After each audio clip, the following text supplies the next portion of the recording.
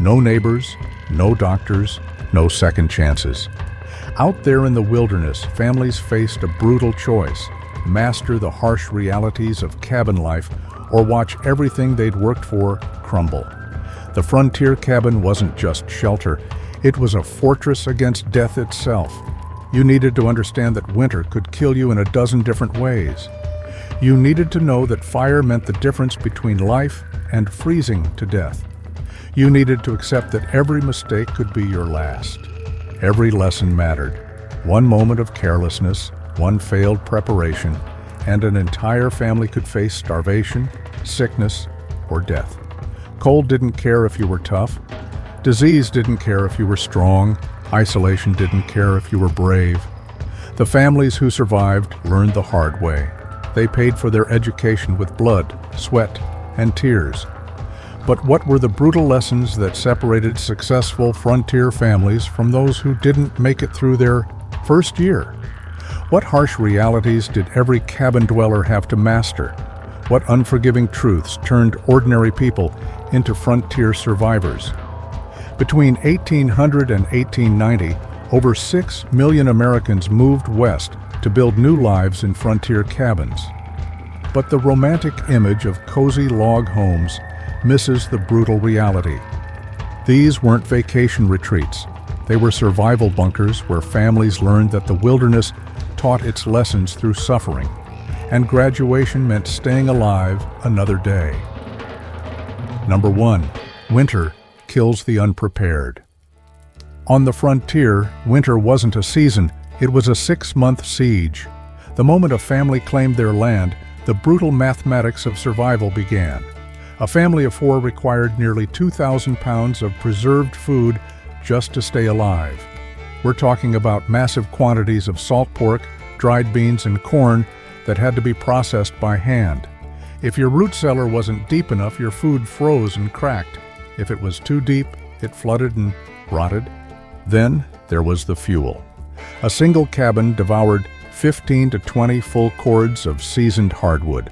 That's a literal mountain of wood that had to be cut, split, and stacked before the first frost. Burning green wood was a death sentence. It wouldn't throw enough heat, and the creosote buildup would eventually turn your chimney into a flamethrower, burning your home to the ground in minutes.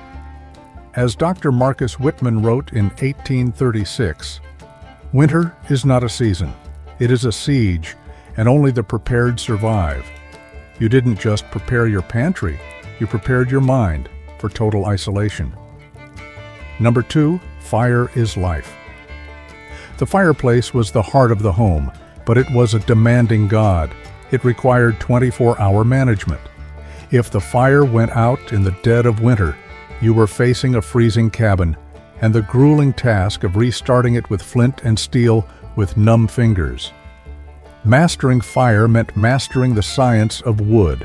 Oak and hickory were the heavy hitters for long-lasting heat, but you needed pine kindling for a quick start and cedar to keep the insects away. At night, pioneers learned to bank the fire, burying glowing coals under a layer of ash to keep them alive until morning. Safety was the flip side of the coin. A cabin fire meant losing everything: shelter, clothes, and food, in the middle of a sub-zero wilderness. Every child was trained to respect the hearth because, on the frontier, fire was the only thing standing between you and the predator-filled dark. Number 3. Water means everything. You could survive weeks without food, but only days without water. Securing a reliable source was the first and most important decision a homesteader made. A family needed at least 5 gallons per person per day. That's not just for drinking, that's for livestock, cooking, and the basic hygiene that kept disease at bay. Well digging was a desperate gamble. You had to read the landscape like a map to find the water table. But finding water wasn't enough. You had to keep it clean. Pioneers used sand and charcoal filters, but boiling was the only sure way to kill bacteria. In the winter, the struggle shifted to physics. You had to prevent your storage barrels from bursting or freezing solid, often keeping water inside the cabin or breaking through feet of ice on a nearby creek every single morning. Number 4, isolation breaks the mind. The physical landscape was harsh, but the mental landscape was deadlier. Months of seeing no one but the same 3 faces in a cramped cabin created cabin fever, a very real psychological breakdown. Routine was the primary weapon against madness. Families established rigid schedules, chores, education, and Bible study. Without an external clock, the mind drifts. Parents became school teachers not just for the children's sake, but for their own mental stimulation. Writing letters that might not be delivered for months, reading the same 3 books until the pages turned to dust, and storytelling were essential. As many journals from the era note, the silence of the woods could become a deafening weight. Those who survived were the ones who found a way to keep their brains as active as their hands. Number 5. Every calorie counts. Survival was a game of caloric accounting. If you burned more energy chopping wood than the food you ate provided, you were dying. It was that simple. Every movement had to be efficient. Wasted motion was wasted life. Families practiced strict food rationing, calculating exactly how much corn or salt pork could be eaten each day to last until the first thaw. High-fat foods weren't a guilty pleasure. They were the high-octane fuel required to keep the body's internal furnace running against the cold. Hunting was often a luxury because of this math. A 3-day hunt that resulted in nothing meant you had burned thousands of calories for zero return.